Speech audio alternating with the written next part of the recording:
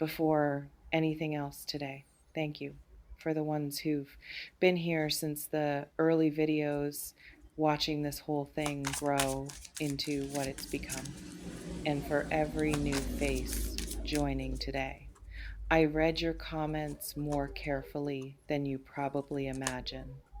They shape what I bring to these readings more than you know. Okay, Virgo, come sit with me. Someone is shaking right now. Not from cold, not from fear exactly, from something much harder to name. And it has your name written all over it, even though they haven't said it out loud yet. Let's find out exactly what that is. I lay the first one down and I actually smile before I even start describing it because there's something so tender in this image. It almost feels private, like I'm looking at something I wasn't quite meant to see yet. I see a young figure standing beneath a tree heavy with fruit, one hand reaching upward toward a branch, not quite touching it, fingers stopped just short of the reach. Behind them, a small dog sits watching, alert but calm, as though guarding something without needing to be told to. The figure's face is turned slightly away from the fruit, towards something off to the side, something that has clearly distracted them entirely from what they came here to gather in the first place. That hand stopped just short of the branch. That's exactly where this person is right now, Virgo. Reaching towards something they want badly and then losing all their momentum the second they think of you, you've become the distraction that pulls their whole body off course. Whatever they were doing before you crossed their mind, whatever task, whatever plan, whatever ordinary rhythm of their day, it all stalls out completely the moment your name surfaces in their thought. And this happens more than you'd expect, Virgo. Not once, not as a rare event they can laugh off repeatedly throughout their day, in the middle of conversations that have nothing to do with you, while they're doing something completely unrelated. Something in their mind just snags on you. And for a moment, they simply stop being fully present in whatever they were doing because part of them has quietly wandered off in your direction. Let me sit with the second one a moment because it's doing something interesting to my own chest as I look at it. I see a heart at the center of the image, small, almost delicate, held inside a rib cage drawn open like a door, and around it threads of gold light are wrapped so tightly they seem to be constricting slightly, pulling in rather than out. There's no blood here, nothing violent about it, just pressure, a visible tightening. This is what it feels like inside them when your name comes up in a room, Virgo, or when they see something that reminds them of you, or when they open their phone and see your name sitting there in their messages, unanswered, waiting. Their chest actually tightens physically, not metaphorically. There is a real bodily response happening in this person every single time you brush against the edges of their awareness, and it is not comfortable for them. It's almost too much. That's part of why they haven't said anything yet. Have you ever felt someone's energy shift the second you walked into a room, even before either of you said a single word? That sudden shift in someone's posture, their breathing, the way their eyes find you and then dart away almost too quickly. Tell me in the comments if you felt this recently, because I think a lot of you already have someone specific in mind as I describe this. For some of you, this weakness is showing up as someone suddenly going quiet around you, stumbling slightly over their words in a way that's completely out of character for them. For others, it's someone who has started avoiding being alone with you altogether, not because they don't want to be close to you, but because being close to you makes the tightening in that image almost unbearable, and they don't yet trust themselves to sit inside that feeling without giving something away. And for a few of you, it's someone who has actually started to withdraw slightly, pulling back in ways that feel confusing, because the intensity of what they feel has genuinely frightened them a little. And retreating feels safer than risking exposure. Three very different behaviors, all coming from the exact same tightened, golden, overwhelmed heart. And the third card. This one needed a minute before I could describe it properly.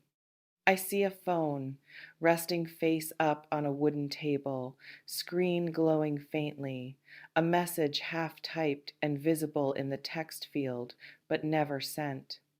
Beside it, a hand hovers just above the screen, fingers curled slightly, caught in the exact motion of almost pressing send and then pulling back at the last possible second. This is the shy part of this reading, Virgo. The title is Naming Directly. Because I want to be honest with you about what I'm actually seeing here, rather than romanticizing it into something simpler than it actually is. This person has started messages to you more than once. I feel multiple attempts here, not a single isolated moment of hesitation. They type something, they read it back, they decide it's too much, too soon, too revealing, and they delete it before it ever reaches you. This isn't indifference, Virgo. I want to be really clear about that because I know how easy it is, especially for someone as perceptive as you, to interpret silence as disinterest. Silence in this specific situation means the exact opposite of what it usually signals. The silence here is loud with effort.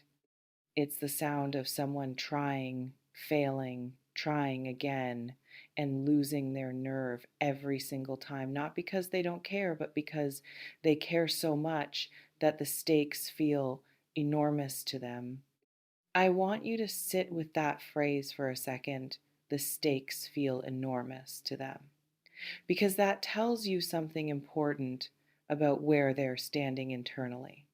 People don't feel enormous stakes about things that don't matter to them. The size of their hesitation is directly proportional to the size of what they feel.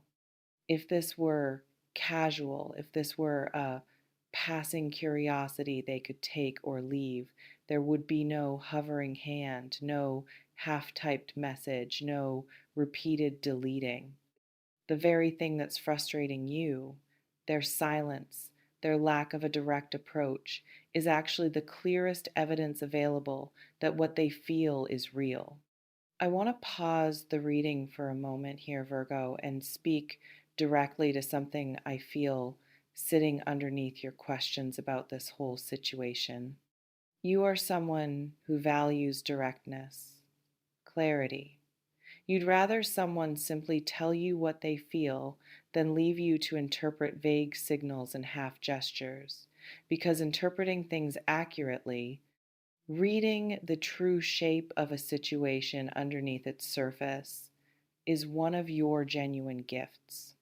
And I imagine some part of you has grown a little tired watching this person hover and hesitate and pull back, wondering whether you're reading too much into small moments that might not mean what you hope they mean. I want to gently push back on that doubt because the cards in front of me are not showing me ambiguity. They're showing me someone in the very specific, very recognizable grip of feelings that have outpaced their courage. That's a completely different situation than someone who simply isn't that interested. Someone who isn't interested doesn't tighten in their chest when your name comes up. They don't type and delete. They don't lose their train of thought mid-sentence because they suddenly pictured your face. Disinterest is quiet in a flat, empty way. What I'm seeing here is quiet in a loud, overflowing, barely contained way, there's a real difference. And your intuition, if you let it speak louder than your doubt for a moment, already knows which one this is. Let me lay down the fourth card now, because it brings something new into this picture that I think you're going to want to hear. I see two figures standing at a slight distance from each other, one turned fully toward the other, arms slightly open, as though mid-gesture toward an embrace that hasn't happened yet. The second figure is turned partially away, caught between two directions, one foot pointed toward the first figure, and one still pointed toward the path behind them, the one leading away. This is the exact moment of decision, Virgo. Not resolved yet, not settled, but moving. The direction of this figure's feet tells me something important. They are already leaning toward you. More of their weight already shifted in your direction than away from it, even while part of them is still keeping one foot on the familiar, safer path of staying quiet. What I feel building here is momentum, not a sudden confession happening overnight, not some dramatic single moment where everything changes all at once. Rather, a slow, steady leaning day by day, moment by moment, where the weight keeps shifting further onto that front foot, further toward you, until eventually there isn't enough weight left on the back foot to keep them from moving fully forward. You are watching that shift happen right now, even if you haven't consciously named it as a shift. Small changes, a little more eye contact than before, a little more effort in the way they show up for you in ways that might seem minor on their own, but that are actually part of a larger accumulating pattern. Inhale with me for a second, Virgo, because I want to say something about your side of this before we go further. You've been the strong one for a long time, the one who reads situations clearly, who doesn't need things spelled out because you can usually sense the truth of them anyway. And I think part of what's been hard about this particular situation is that you've had to sit in uncertainty a little longer than you're used to sitting in it. Waiting for someone else's courage to catch up to their feelings is not comfortable for someone who prefers clarity and movement over ambiguity and waiting. I don't want to ask you to be endlessly patient here without acknowledging how much patience this has already required of you. What I do want to offer you is this: the waiting is almost over. Not because I'm promising you an exact date, because I don't work that way and I don't want to set you up with a false sense of urgency that only leads to disappointment. But because everything in these cards is showing me movement that has already crossed the halfway point, this person is not standing still anymore. They are leaning. And people who are leaning eventually fall forward. Does this feel like someone specific already, Virgo? Someone whose energy has felt slightly off lately, a little more careful around you, a little more present, but also a little more nervous than usual?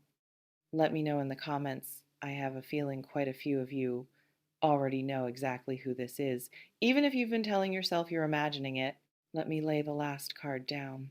I see a small bird, wings half open, standing at the very edge of a branch, body angled forward as though gathering the courage for flight, but feet still gripping the wood beneath it.